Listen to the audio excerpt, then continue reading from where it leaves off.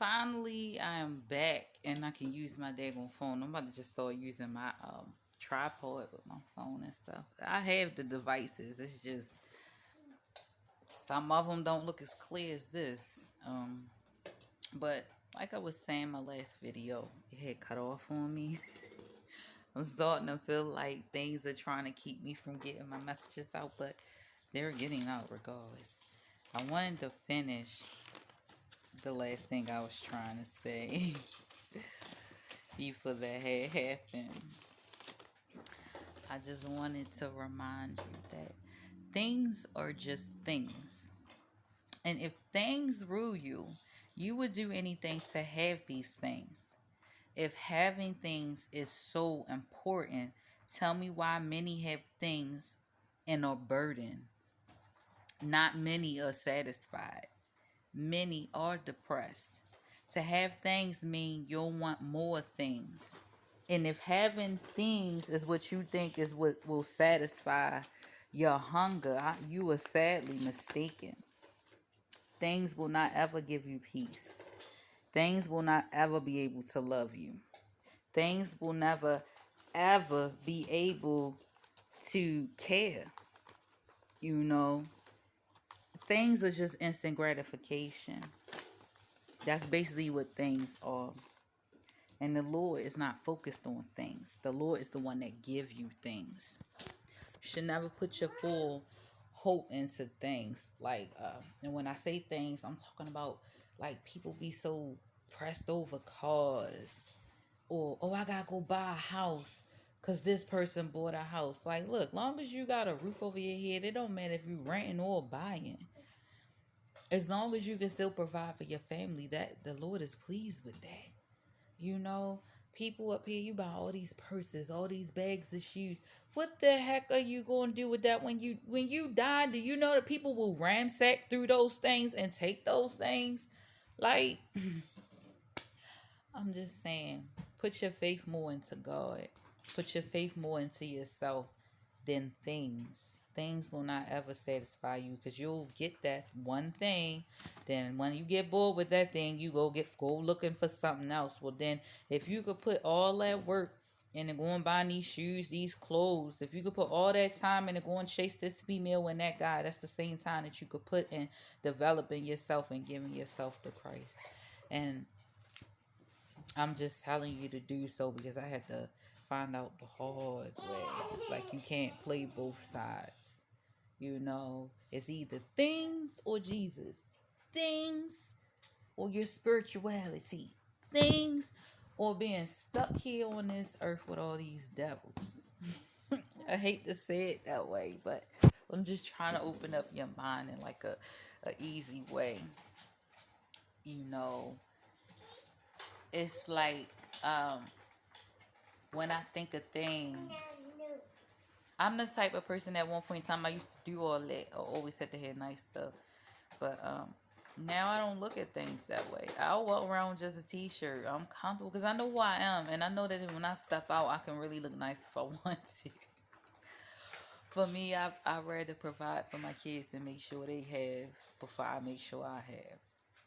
So, with that being said, I think I should just continue because I have a lot more to talk about. And it seemed like my phone is actually working and letting me record. So, um,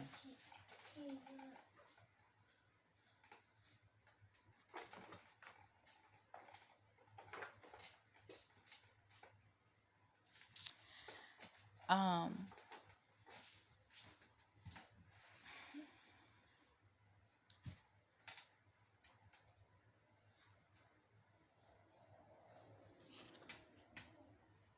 I'm just trying to decide how I'm gonna say what I'm about to say.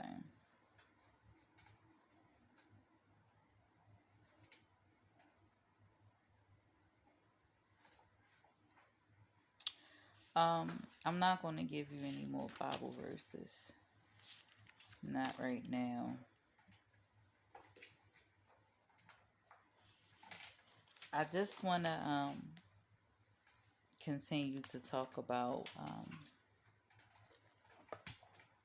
Okay, I think I got one. Because there's so many, I wrote down so many videos to do, so I want to keep it going. So, a few days ago, I was reading um, Ruth and Haggai. I think that's how you say Haggai. Haggai is Hagai.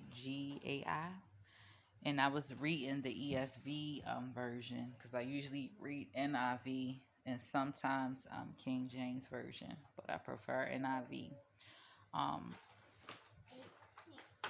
when I was reading that, the Lord came to me. He told me to talk about the time when I was feeling loneliness, and most of my life I felt lonely, like my entire life, because it's like really hard to find people that think the way that I do.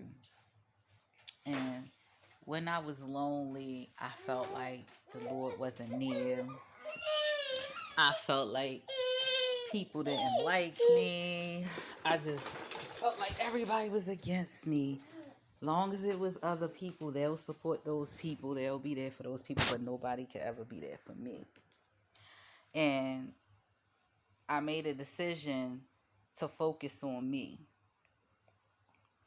And the reason why I made a decision most recently, well, a year ago in October, stop writing on my stuff. I made a decision to focus on myself because I was in a loveless relationship. It was one sided over time. Um, and not even just with the relationship, I'm talking about all relationships, but everybody that ever came across me in my lifetime, even all the way down from a kid, it's the same. It was the same repeating cycle. So I had to end all those cycles with the one that hurt me.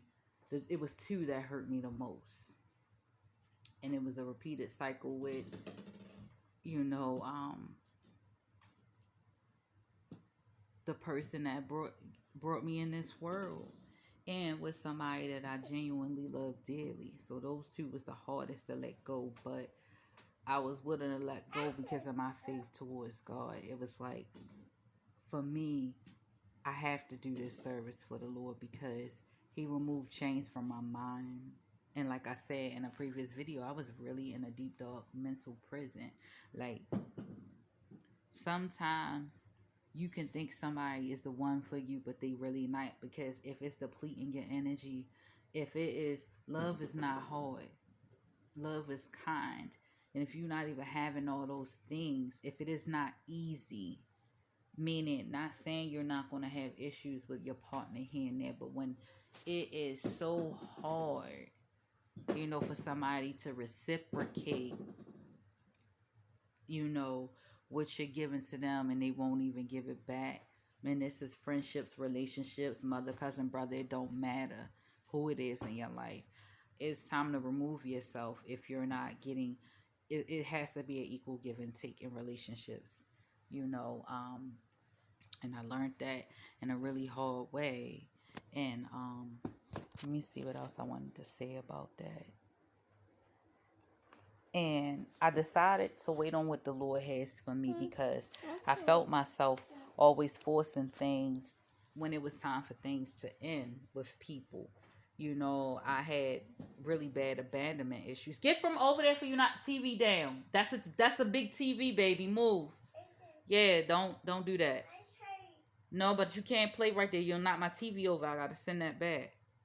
Um, so excuse me, it's my youngest daughter. Um, I decided to wait for what the Lord has for me, because it's like forcing people to be around longer than what they supposed to is like taking your life into your own hands, and it is not your life. Yes, you have free will, but it is not your life, particularly when you're chosen. Because you can choose not to do what the Lord asked you, but you'll be judged the same way as those people who do not even love God. Do you want that? No. You know, um, I realized that, like, in my loneliness, that I started paying attention to people's actions. I always done that anyway. That's why I don't believe nothing nobody say. I believe what you do. I don't believe what you say. And I was like, realizing like these people make time for all the wrong people. These people always run to the wrong people. These people always think the grass is so much greener than Solita. But guess who they always come to? When that grass they found out it was nothing but a bunch of dirt and desert. They always try to come back, but it'd be too late because I have already moved on. I have already seen who you really are, you know, and you know, I encourage you, if it's somebody that you really love and care about, whether it's your friend, your mother, your brother, sister, boyfriend, whoever, and you're not giving them the time of day, but they sitting up here loving you and being so kind, doing everything for you, but you can't do the same, you can't be there for them, let them go. Don't hold them up. Don't hold their life up because you selfish. Don't hold their life up just because you want to give to people who don't really care about you. And I encourage you, if you're dealing with somebody that's like that, that is quick to put others before you, that is quick to go seeking the wrong things, let them go. Um,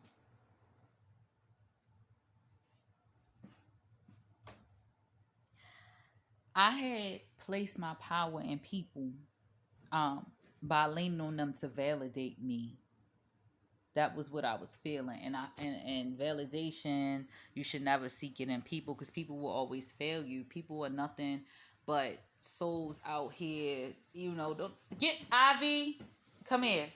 Didn't I tell you move away from the TV? That this girl, oh, she trying to make me go off on her. Get from over there. Mama. You see? Yeah, you can't play with that. It's dangerous. Okay.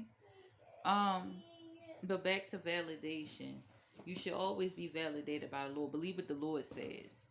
Believe what the Lord says you are. You are a child of God. So don't believe what other people tell you. I would have, ideas or think something. And as soon as you take it to somebody, they either putting that bad juju on you because of what they've been through, or being a little hater. Some of y'all do have people around y'all who secretly don't like you. They call frenemies, and I had many.